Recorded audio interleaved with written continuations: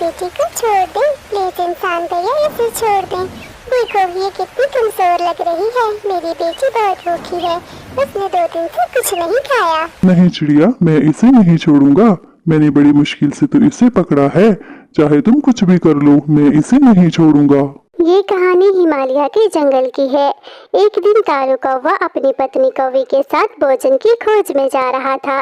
तभी उनकी नजर एक पिंजरे पर पड़ी। गोरी, वो बच्ची जो सामने पिंजरे में कैद है, वो पता नहीं क्यों मुझे देखी देखी सी लगती है। कालू जी, हम जब भी यहाँ आते हैं तुम यही बात करते हो। चलो आज हम पास जाकर देखते हैं। ये कहकर वो दोनों पति पत्नी उस बच्चे के पास आते हैं। गोरी देखो, इसकी शक्ल तो बिल्कुल रानो चिड़िया जैसी है।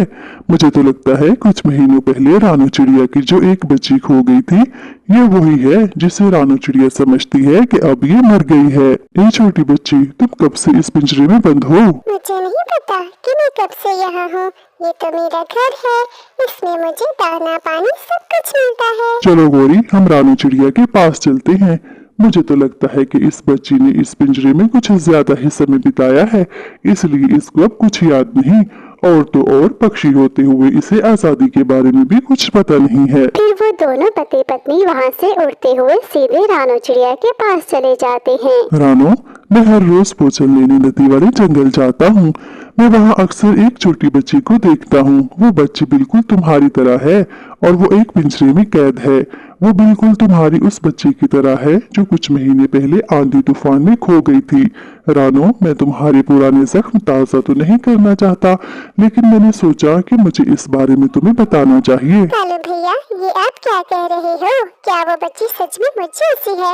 मेरी जिंदगी का तो कोई दिन ऐसा नहीं गुजरा जब मैं अपनी बच्ची को याद न करती हूँ। मुझे तो यही लगता है कि मेरी बच्ची खेलने गई है और अभी वो खेल कर वापिस आ जाएगी। ये क्या रानो, तुम तो रोने लग गई। तुम चिंता न करो, अगर तुम कहती हो तो कल हम तुम्हें भी अपने साथ ले जाएंगे। हो सकता है कोई चमत्कार हो जाए और वो बच्ची सच में तुम्हारी ही हो। फिर कालू और गौरी वहाँ से अपने घर चले जाते हैं। कालू जी, मैं इसी बात से डर रही थी। देखा वो बेचारी कैसे रोने लग गई थी। समय के साथ साथ उसका गम पुराना हो गया था, लेकिन अगर वो बच्ची उसकी ना हुई तो उसके पुराने जख्म फिर से ताज़ा हो जाएंगे और इस उम्र में वो ये गम सह नहीं पाएगी। गोरी, मैं तो रानो चिड़िया के लिए भला ही सोचा है। अगर वो बच्ची उसकी हुई तो रानो चिड़िया की तो जिंदगी ही बदल जाएगी। रानो चिड़िया की आज की रात तो बहुत लंबी हो गई थी। उसका समय तो गुजर ही नहीं रहा था। रानो चिड़िया मन ही मन अपनी बेटी का सोच सोच कर खुश हो रही थी। फिर सुबह हो जाती है। रानो तो अपनी बेटी से मिलने को बहुत बेचैन थी, इसलिए वो सुबह सुबह कालू और गौरी के पास आ जाती है। आओ रानो, हम तो तुम्हारी तरफ ही आने वाले थे। अच्छा हुआ कि तुम ही आ गई। और रानो, मेरी एक बात सुनो, हो सकता है कि वो बच्ची तुम्हारी ना हो। मुझे देखने और समझने में गलती हुई हो तो तुम मेरा विश्वास रखना, मेरे लिए अपने मन में कुछ बुरा ना सोचना।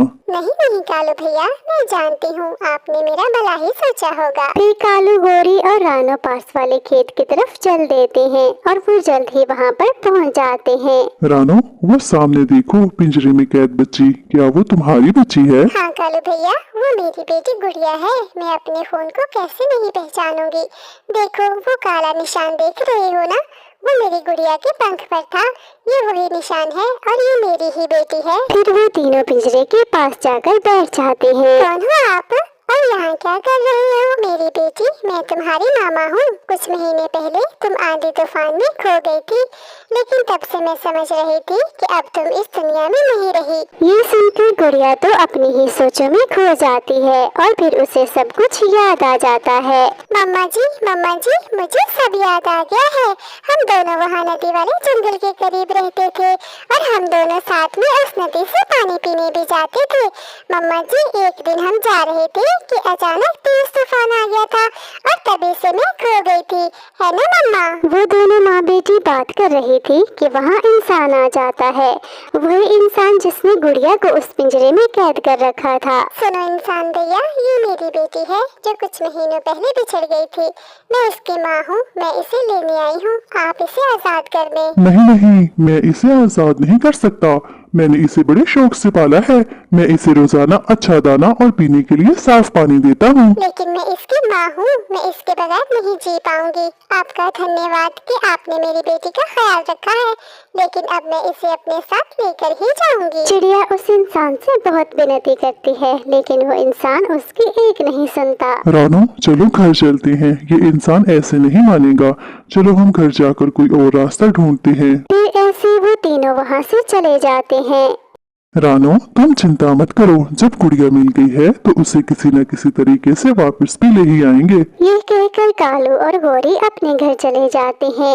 दूसरी तरफ वो इंसान जो अपने बच्चे को खेलता देखकर खुश हो रहा था, अपना बच्चा देख उसे रानो चिड़िया की बातें याद आ जाती हैं और उसे अपनी गलती का एहसास होता है। रानो चिड़िया, प्लीज मुझे माफ कर दो। जब मैंने रात को तुम्हारे बारे में सोचा तो मुझे बिल्कुल भी अच्छा नहीं लगा।